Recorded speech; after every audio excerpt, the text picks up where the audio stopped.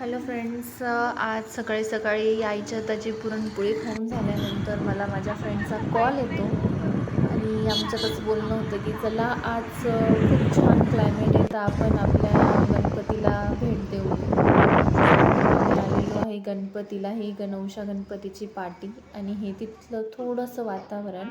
जाता जाता आम्हाला पेरू दिसले आणि आम्ही 2 पेरू विकत घेतले आणि ते खूप जास्त टेस्टी होते. जसं की तुम्ही बघू शकतात किती छान टेस्टी पेरू आहे. ॲक्च्युली पेरू मला खूप आवडतात आणि कुठेही दिसले तरी मी ते पटकन घेऊन घेते. ह्यावेळेस मला माझ्या फ्रेंडने मला तर पेरू घेऊन दिला आहे. इथं चप्पल वगैरे काढल्यानंतर मी मोबाईल काढला शूटिंगसाठी आणि गणपतीचं आणि माझं थोडंसं वेगळंच कनेक्शन आहे. इथं आल्यानंतर मी खूप सायलेंट होऊन जाते आणि मी कोणाशीच काही बोलत नाही की मला इतकं शांत वाटतं. इथं आल्यानंतर मी थोडा वेळ उभी राहिली, मी इकडे तिकडे बघितलं आणि हे थोडंसं गणपतीचं दर्शन बाहेरून, कारण की गाभाऱ्यातमध्ये मोबाईल अलाव नाही आहे. सो मी इथूनच मोबाईल थोड्या शांतरापर्यंत मी हातात धरू शकते आणि मी तुम्हाला दाखवू शकते की इथं कसं काय आहे. इथं खूप लोक विश मागतात आणि विश पूर्ण झाल्यानंतर ही जी घंटी आहे इथं बांधतात. म्हणजे याच्यावरून आपण बघू शकतो की किती जणांच्या इच्छा इथं पूर्ण झालेल्या आहेत आणि याच्यावर विश्वासही बसतो आपला की किती छान असेल इथलं वातावरण वगैरे.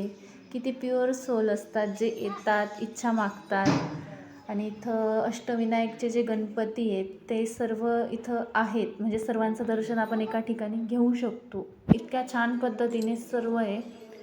असं हात लावून थोडंसं फील करायचा मी प्रयत्न केला इथलं पॉझिटिव्हिटी वगैरे आणि मी इथं उंदीर मामाच्या कानात माझी इच्छा सांगितली. मध्ये मला फोन घेऊन जाता आला नाही.